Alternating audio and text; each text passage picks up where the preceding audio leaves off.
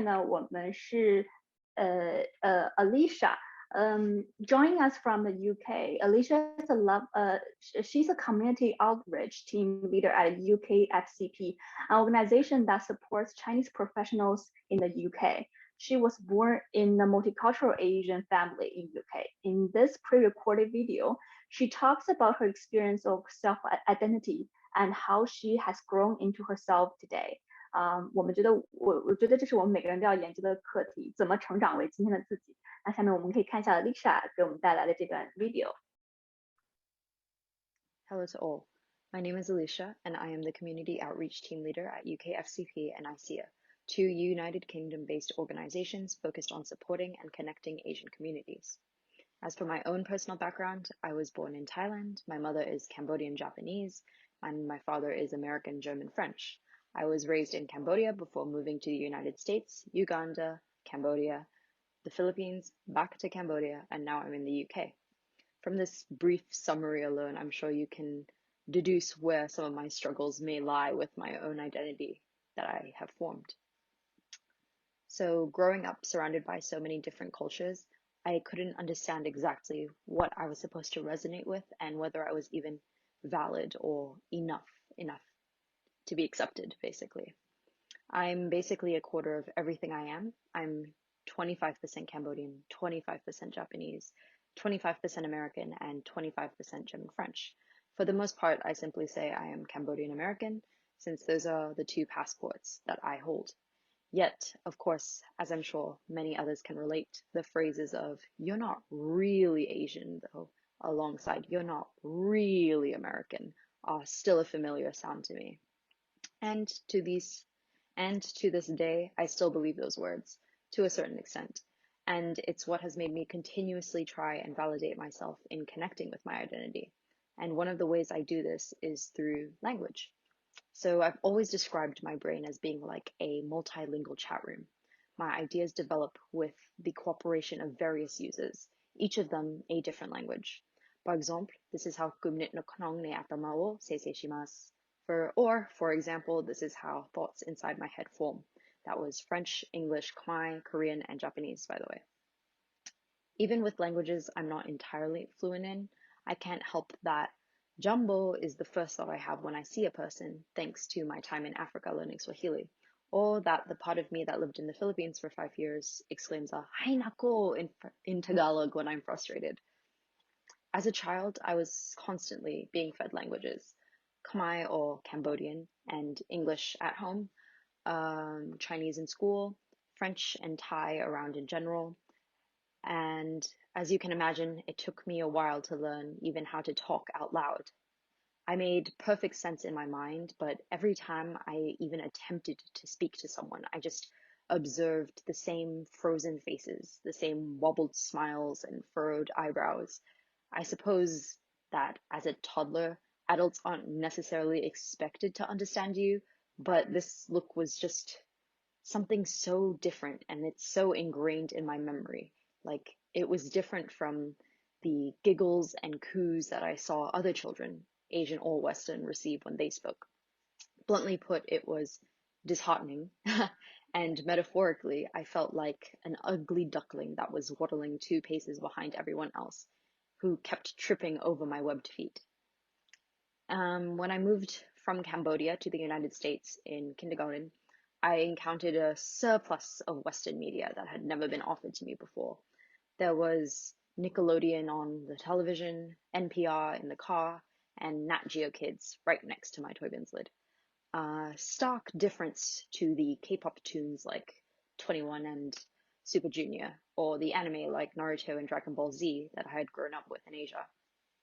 Nevertheless, language slowly became more natural to me, simply because I needed to be able to speak to fit in with Western culture, which I honestly found difficult. While I remember some things fondly, like basking in an adrenaline rush as I bolted towards the library every day after school, to singing the television advertisement jingles at full lung capacity, I also recall harsher memories. While I don't exactly look like the stereotypical of an Asian that the West will think of, it was obvious I wasn't Western. And kids can be mean, especially when presented with something unfamiliar from what they're used to. Whether it was about my skin color, which was a lot darker at the time, my less than fluent accent, my lack of Western culture understanding, I was just picked on a lot. And simultaneously, whatever Asian community I could find, whether that be in my mother's friends or trips to Asian markets, it was just another battle. I didn't look like them. I didn't talk like them. And it was just another repetition of what I went through at school or with Western people. But it was a lot for a 7 year old to not feel like they belonged in any community or either community, when in theory I could have had the best of both worlds. So after my 2 years in the United States, I moved to Uganda, and it was even harder to remain connected to my Asian culture here. There wasn't the same accessibility to media or markets or language that had been in the United States, and obviously even less so, like by an exponential less so than Cambodia. I had been studying Mandarin up to this point, on top of knowing Khmer and English and some Thai, and I had had Chinese friends in the States, which helped me speak. Um, Friends loosely, like classmates, Chinese classmates in the States who had helped me speak. Um, but when I moved to Uganda, I stopped learning Mandarin completely because there were no lessons there and there were no people who spoke it. My mum doesn't speak Mandarin either, uh, but she knows a few characters. Um, so instead, in Africa, I took up French because that was being taught at school. So while French is still connected to Cambodian ancestry or history because of colonization and our official language, it used to be French. Uh, there's a lot more Chinese influence in not only our blood, but also the culture of Cambodia, with Hokkien, Teochew, and Mandarin being languages that a lot of Cambodians do speak. So as I forgot my Mandarin, I also began to feel more alienated from certain aspects of Cambodian culture, whether that be the way we celebrate New Year's or just simple things like good luck hats or shrines or offerings and stuff like that. I just felt a little more isolated with every passing day that I felt the Mandarin sinking out of my body or seeping out of my body, essentially. And it didn't help at all either that my first language, Khmer, was fading from me as well. And the only other person who I knew for these 4 years that I had now lived away from Cambodia that spoke it, it being Khmer, was my mum. And uh, she was just really busy all of a sudden with finishing online university and taking care of my newly born brother, among struggling work and other things. So whenever we did talk, it was more in big family settings with like my father or my brother, who when we would speak in English more so. So I slowly began to lose grasp of another lifeline to my Asian identity. So I think that my mother felt similar to me, as in a longing for this familiarity. So after Uganda, we moved back to Cambodia, where I was hit with just how different I was now from everyone else. I had recognized hints of this growing up. I mean, as much as a child can discern these things. I was 9 at this point in my life. And I remember just not even the kids, but even my mother's extended family just mocking the way I spoke or acted or looked. And whenever I stood up for myself, I was suddenly Gona Marik or Gonta Gan, which means like the American's child. So in their mind, they connotated me speaking back to them, not necessarily even speaking back to them, but just standing up for myself or putting my foot down as much as a 9 year old can, as being an American concept or something I'd learned from Western culture, which wasn't in line with the Asian culture that they expected an Asian to have. So I dealt with this for a year before moving to the Philippines and then coming back to Cambodia again after 4 years. In the Philippines, I really loved Filipino culture there, and I learned some Tagalog, and my mom did too. And I remember distinctly because of this experience I'd had in Cambodia with them essentially shunning me out of being a Cambodian, that there was this one time during International Day at school when I didn't want to go dressed as a Cambodian because I didn't feel like that was me. And I just remember those taunts replaying in my head of, you're not Cambodian, you're not brown enough, you're like just all these other things in Khmer words that have kind of meshed over the years because I've tried to suppress it a bit. And I asked if I could go dressed as an American, as if, I don't know, I would show up in red, white, and blue, I suppose. Um, in the end, I think I just went dressed as my normal school day because I couldn't even decide what I was, you know? And I really think that's when I began to face my, or not face, but when it really struck me that I didn't feel like I belonged anywhere. Yeah.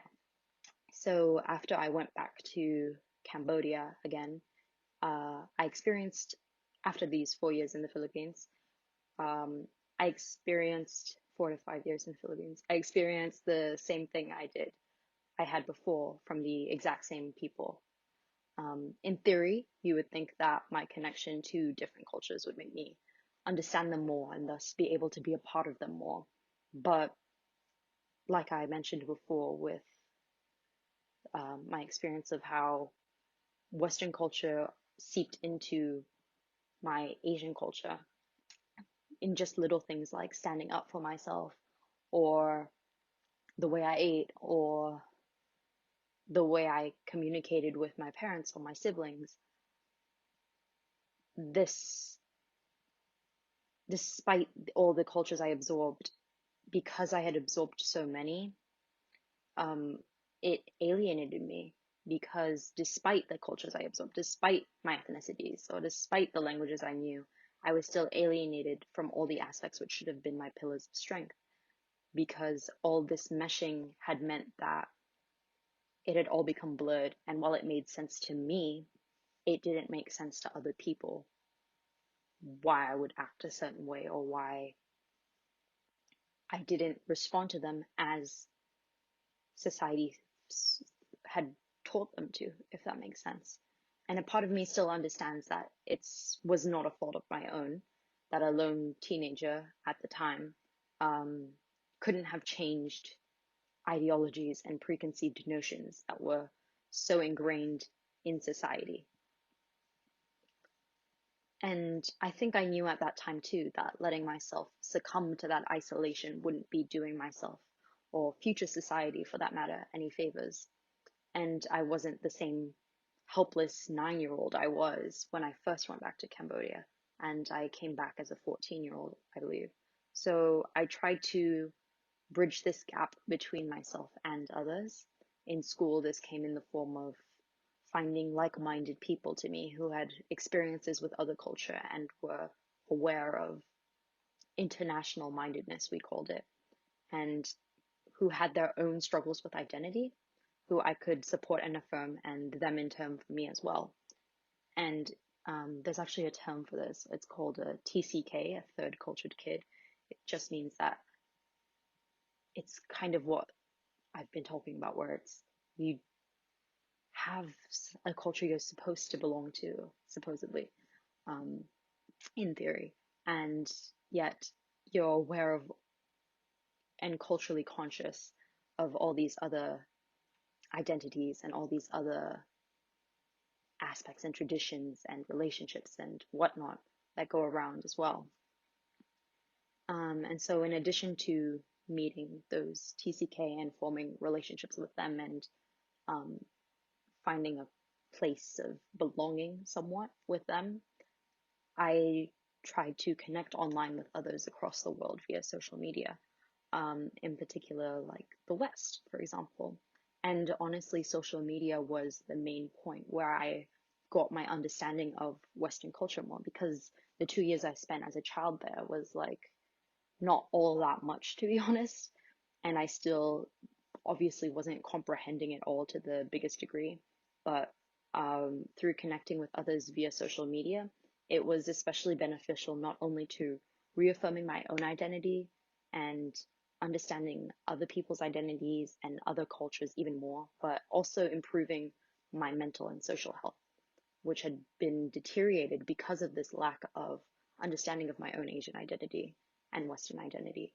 And so somehow social media and connecting with others through that had helped me bridge the gap between these two parts of myself and understand everything a lot more, and like connecting with others across the world. Like, while not everyone you meet online will have the same views as you, I believe that I found a safe space or a group of people that I was able to create a safe space from, and talk about shared interests, whether that be media that was Western or media that was Asian, or shared interests like issues that we cared about. Um, we were able to forge deep and meaningful friendships from this, with our talks expanding beyond, like I mentioned, interests in things like media. That was still imperative to my Asian identity, um, as well as my new coming connection to Western culture and Western identity as well, and how they could coexist, and my own understanding of how they could coexist now, in my singular being. And so our talks expanded beyond this to talking about ethics and worldwide issues, amongst other things, and just our own backstories and sharing and bonding that way. Um, in a similar but somehow more profound level than I was able to with kids in my own community in Cambodia. Um, so only after having met these people and forming these relationships did I rediscover what a simple thing it was to be happy and confident in my personal identities and beliefs. So when I moved back to the West, but the United Kingdom this time, I held that with me, and I quickly tried to find and be part of Asian communities here again to make sure I'd never feel that sense of helplessness and loneliness again, and ensure that others who are out there wouldn't feel that way as well. And maybe I could help them too, just as they could help me.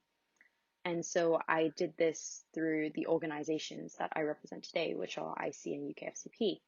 And from putting myself out there and allowing myself to be interdependent on others to help me support the nuances of my own and others' identities, I've been able to dwell less on the past and look more towards shaping our futures. In all, I still find myself obviously struggling to have a sense of belonging, and there's still a lot of internal reflection and a lot more thinking about how we can merge these multicultures and how it can help us create a better world. But I think that forums like these, which open up mass discussions on personal and global topics, play a huge part in continuing the positive direction of discourse like this. These platforms where people can share and understand each other help us become amplifiers for change in norms and enablers of discussions on important topics like this. And I think that this can only unite our communities more and allow us to solidify our collective social responsibilities, as well as continuing to forge and develop upon our pre existing and future identities. So, thank you.